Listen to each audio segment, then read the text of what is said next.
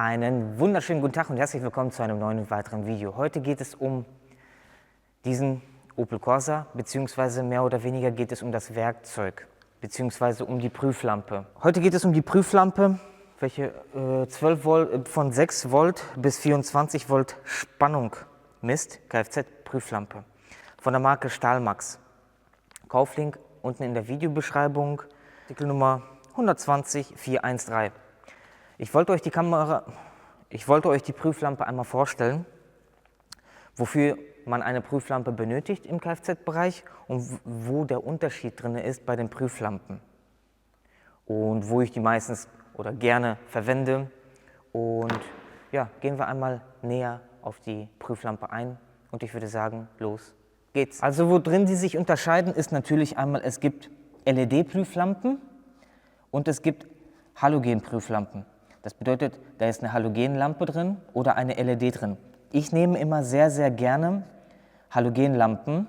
Dann kann man genau sehen, wie stark sie leuchtet und sie leuchtet dann halt auch dementsprechend auf, wie viel Ampere da durchkommt. Weil ihr könnt 12 Volt messen, weil die LED-Prüflampe leuchtet schon bei kleinen Amperezahlen auf. Und hier könnt ihr dann ganz genau sehen, ob da auch wirklich genug Strom durchkommt. Nicht, dass genug Strom anliegt, sondern dass auch genug Strom durchkommt. Und deswegen immer gerne sehr, sehr zu empfehlen, eine Halogenlampe zu nehmen. LED leuchtet einfach auch bei kleineren Amperestärken auf und das irritiert dann manchmal. Und ja, ich hoffe, das kann man hier auch sehen, dass da eine drin ist, eine Lampe. Der Nachteil ist natürlich, dass die Lampe sehr, sehr gerne auch mal kaputt gehen kann. Deswegen macht immer, bevor ihr was am Prüfen seid, einmal an die Batterie dran gehen, dass die Lampe auch wirklich aufleuchtet und dann in die Prüfung gehen. Sehr, sehr gerne verwende ich die im Bereich Sicherungen prüfen, das machen wir auch gleich. Und wenn ich halt irgendwo messen muss, zum Beispiel am Gebläsemotor im Innenraum, ob da auch wirklich Strom bzw. genug Power ankommt. Deswegen, damit könnt ihr quasi Strom sichtbar machen, um es kurz zu fassen. Hier einmal mit so einer Zange, wo ihr quasi an Masse geht. Hier geht ihr dann an Minus, Karosse oder an die Batterie, wie ihr wollt. Und hiermit geht ihr dann mit der Spitze, jeweils an die Stromquelle dran. Zum Beispiel Sicherungen, zum Beispiel Stecker. Hier immer ein bisschen schwierig mit dem Stecker, weil ihr könnt mit dem Pin, wenn ihr zu stark in den Stecker reinbiegst, zu weit auseinander biegen das Ganze. Deswegen wirklich vorsichtig da dran gehen. Aber ich will sehr, sehr schnell und sehr gerne greife ich zu der Lampe, wenn ich jetzt Sicherungen prüfen will. Das mache ich jetzt mal mit euch zusammen. Ja, und so läuft das Ganze meistens ab. Kunde kommt rein, sagt, vorne links, meine Lampe leuchtet nicht. Lampe habe ich schon ausgetauscht. Und bei mir ist es dann immer meistens so, Sicherungskasten auf, Zündung anmachen.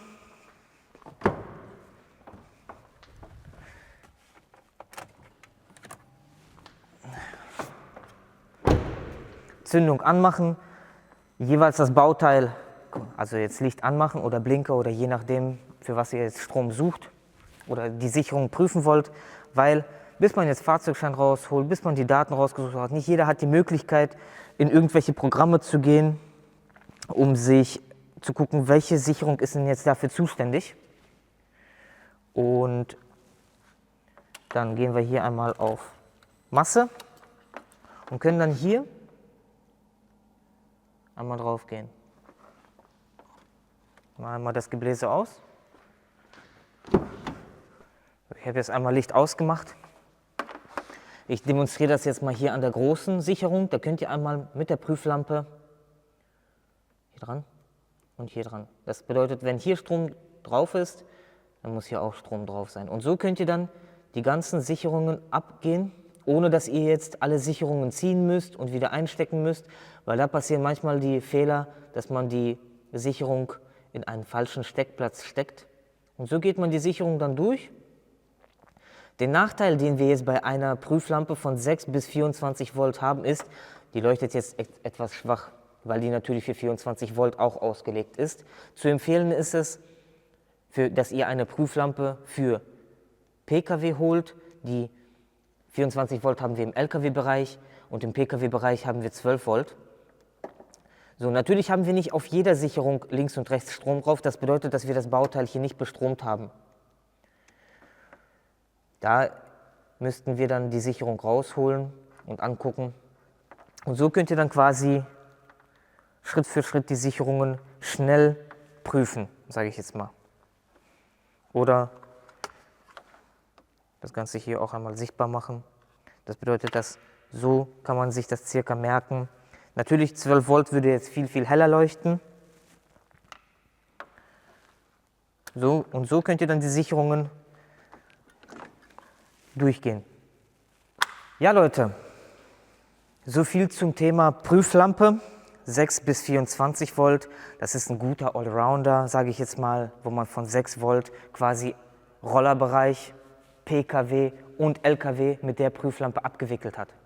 Und jetzt kann man natürlich fragen, wofür brauche ich eine Prüflampe?